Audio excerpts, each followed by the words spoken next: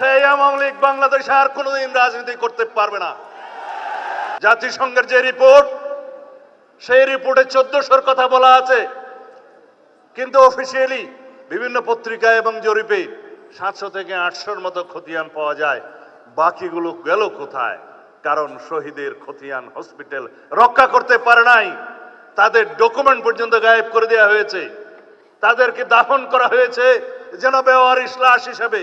আজকে স্বজনরা তার কবরের সন্ধান করে আমরা দিতে পারি না। এরকম একটি নৃশংস হত্যাকাণ্ডের পরে, গণহত্যার পরে আজও পর্যন্ত সেই গণহত্যাকারী শেখ হাসিনার কোন রকমের অনুশোচনা নাই। তারা জুলাই যোদ্ধাদেরকে অপরাধী হিসেবে তকমা দিচ্ছে। বাংলাদেশের এই গণ অভ্যুত্থানকে তারা বলছে একটা জঙ্গি তকমা দিচ্ছে। বাংলাদেশে নাকি জঙ্গিবাদের মধ্য দিয়ে তাদের রাষ্ট্র ক্ষমতা ছিনিয়ে নেওয়া হয়েছে। এর চাইতে লজ্জাস করার কিছু নেই। তাদের মধ্যে অনুশোচনাও নেই, তারা দুঃস্বীকারের সেই অবস্থাও তাদের নেই, সেই ইতিহাসেই তাদের নেই। তারা উল্টো বিদেশে বসে বাংলাদেশে এখন নাকি গণতান্ত্রিক সরকারের বিরুদ্ধে বিভিন্ন রকমের ষড়যন্ত্র করছে।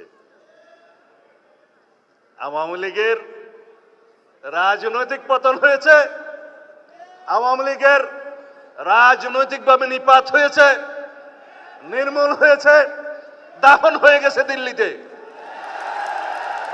সেই আওয়ামী লীগ বাংলাদেশে আর কোনোদিন রাজনীতি করতে পারবে না।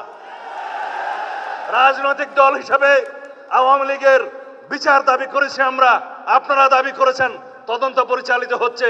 ইনশাআল্লাহ খুব শিগগির রাজনৈতিক দল হিসেবে সেই রাজনৈতিক দলকে বিচারের কাঠগড়ায় নিয়ে যাওয়া হবে।